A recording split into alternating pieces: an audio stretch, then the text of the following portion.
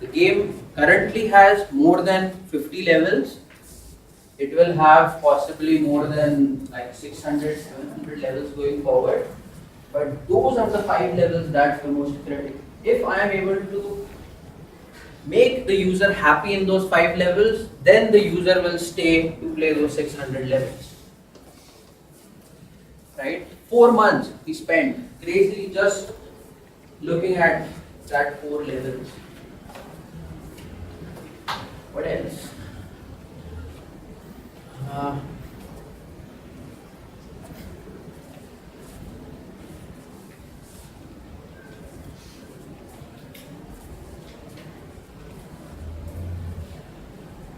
yeah, so there will be a lot of sources on the internet which will tell you what are the important matrices that you need to track to make sure that your game is successful.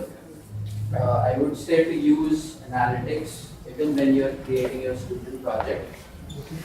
Because if you tell the company that, hey, I have created this project and this was a data-driven project, there are good chances that that company will go nuts. How a student could do that, and that is, I think, will make you stand out from the crowd. There are a lot of people who are aspiring to be game designers, game developers. When I say game developers, it covers almost everything: artist, designer, and it's a very competitive thing. In India, it is picking up really well. I think in Pune, there are a couple of big companies like Ubisoft. I guess the biggest. We are pretty small in front of them. So around 20 people is what we have. I think Reliance Games is there. Jump Games. Reliance Games is working on some pretty good stuff. So a lot of companies that you can apply to, but you have to stand out. And these are the things that will actually make you stand out. There will be more maybe, but I'm telling you based on my experience. From the people that we look for. Yeah, so that's about it from my side. Any questions? If you guys have, feel free to ask. I'll at least try to answer them. On an average, how much percentage is programming in any game?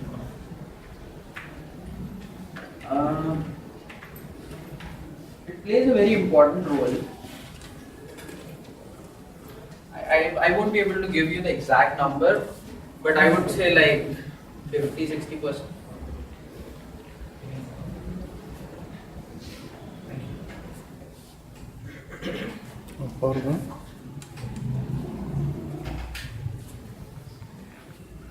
Any more questions? I think I learned everything. So whatever I talked about.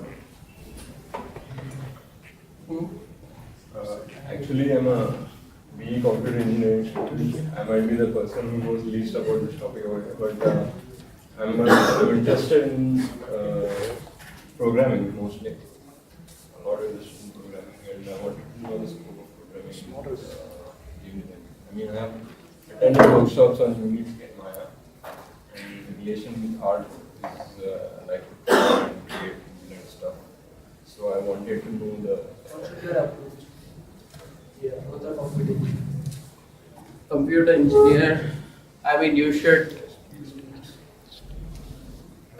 get the concept strong.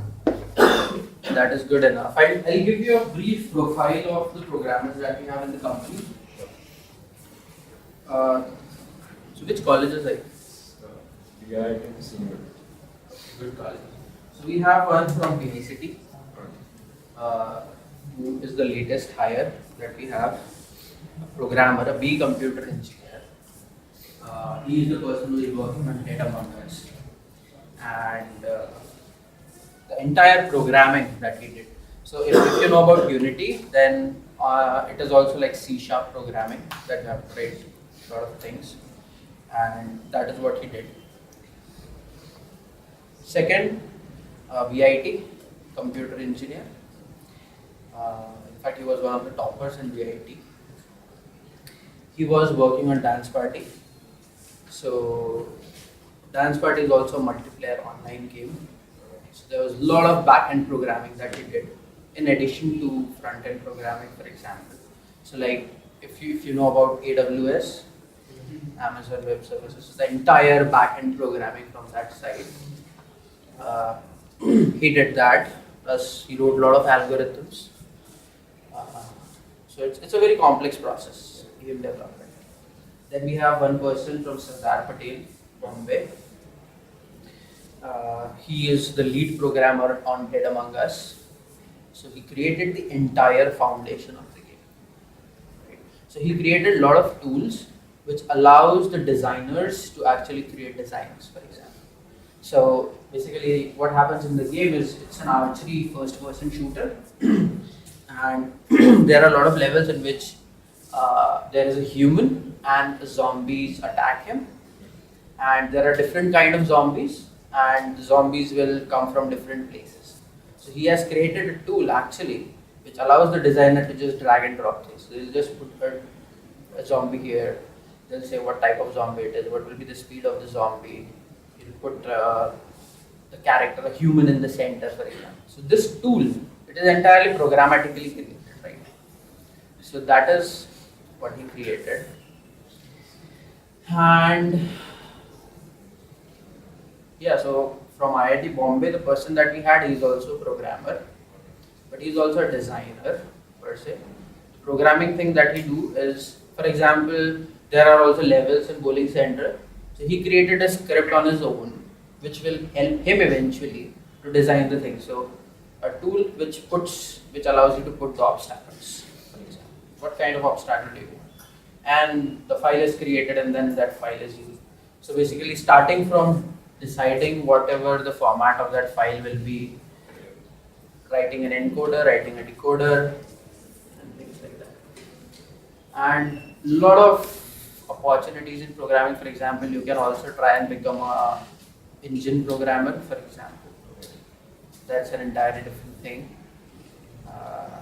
But yeah, I'm a programmer myself, and I think I know barely about. I mean, from whatever things that I have learned, I think there are like 100 more things that I still don't know about in programming when it comes to gaming.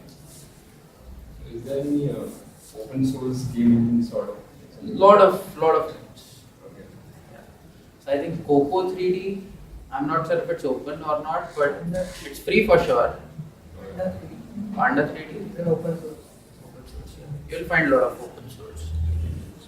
But yeah, I mean, it depends upon what you really want to become, what's your ambitions or what's your end objective. If you want to write your own engine, then the approach that you'll follow will be different. If you want to create games, the approach that you'll follow will be different. And there are a lot of back-end things that work in gaming as well. So we have a technical director who was my classmate back in PICT. One of the best programmers I think in PICT we had at that time. And he does a lot of things. I mean, Rolo Motion, he wrote it himself, the entire thing. Sky is the limit. Any other questions?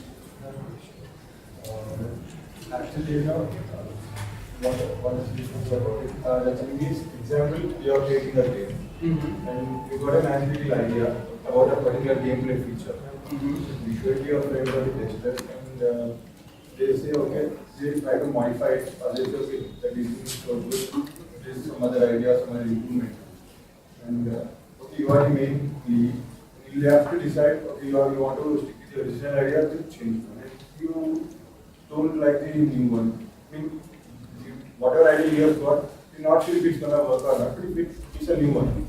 So what would you do? I mean, stick with a new one or change it as other people have advised you? I'll change it and I'll gather the data if what they said is really working or not.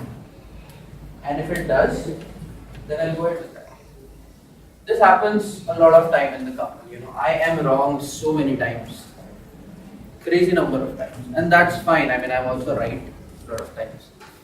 But I never felt bad to be wrong. In fact, that made whatever we created even better. Right? For example, in Bowling Central, my associate producer said that the control scheme that we had is wrong, it's bad, and you should create a new one.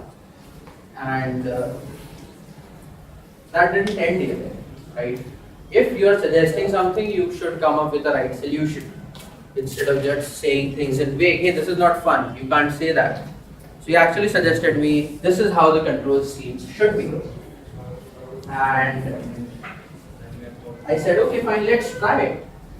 Right? So I gave him a go ahead that go and try it. So the original thing that we had was my idea, the Bowling Central controls that we had earlier, and that was his idea. And one thing that I have learned is you should always be open to ideas. If you will resist the ideas that is suggested by people, you will let the ego come in, then the person will stop suggesting eventually. And you might win. I mean, yeah, my thing worked. But if you look at the larger picture, your game will not improve. Right? So we tested it and it turned out that his idea was not that good. But I thought that if we do this to this idea, that this could improve it further. I had an option to just say, hey, your idea didn't work. See, I told you. But his idea, just a small change in that, and it worked fantastically. Right? So always be open. Like, go and test it out if your person is suggesting. But the decision to go and test it, there are a lot of parameters that come into place, like how important is that, for example. What else? How much time do you have? So basically the lesson will be always listen to everybody, always with an open mind, and take your own decision. And don't ignore. Basically the person that is suggesting something might have useful, but at the end of the day it's your call. You have to take it. And it's not like you'll always have to say yes to whatever people are saying. You also have to learn to say no. That is. So, being a designer or a 3D artist, is it necessary to learn a game engine?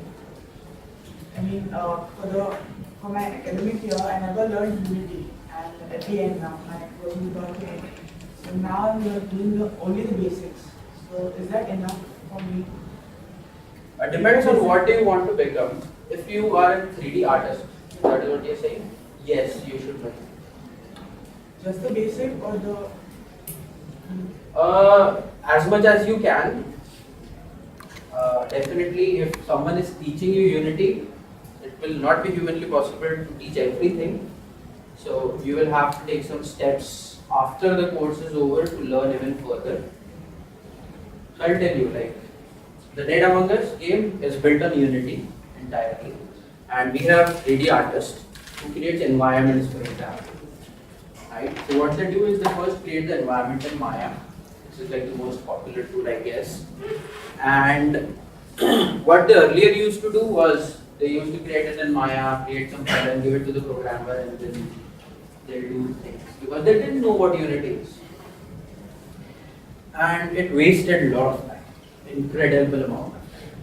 Then we made sure that every artist in the company is also trained on Unity, even if not like in and out, but they should at least know the stuff that they are doing when it is coming to like arranging the environment, making sure that the lighting is right, putting the materials in and putting it in the format, for example optimizing the textures and things like that, so that an artist will just deliver that thing, the programmer will just pick in and everything works. Right? So artists in our company are, in addition to working on Maya, are also working on Unity. That should answer your question, right? Yes, you need. Okay, any more questions? That's it? How much is the thinking process needed to make a game? Come again? How much is the thinking process needed to make a game? I mean, you redefine your idea or just keep on adding things as it goes? I would say both. You need to keep on adding stuff. So basically, the basic foundation of the game has to be strong. I'll tell you our example of Bowling Central. So we had thought about so many features that we'll be putting into the game. And we thought that let's create all the features and then release the game. The second thought process that we had, okay, let's get the foundation right, release the game, and let the customers ask for the features. So of the 10 features that we have thought of, it might be possible that only 3 is what is people are really excited about.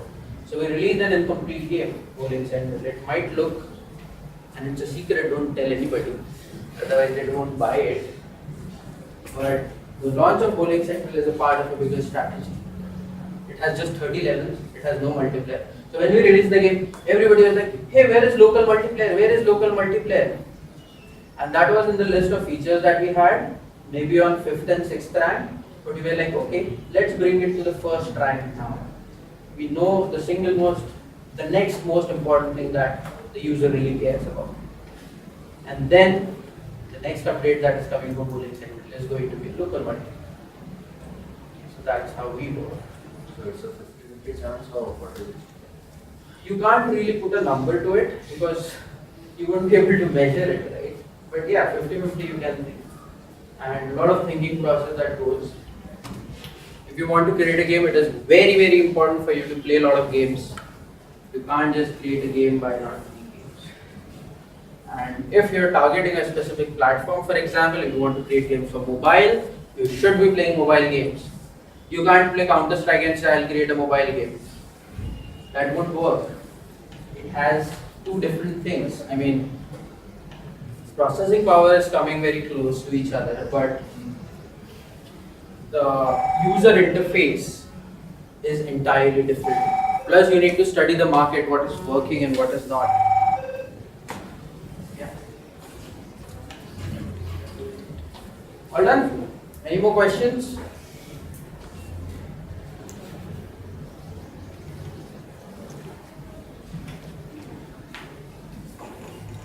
Okay, thanks a lot, guys.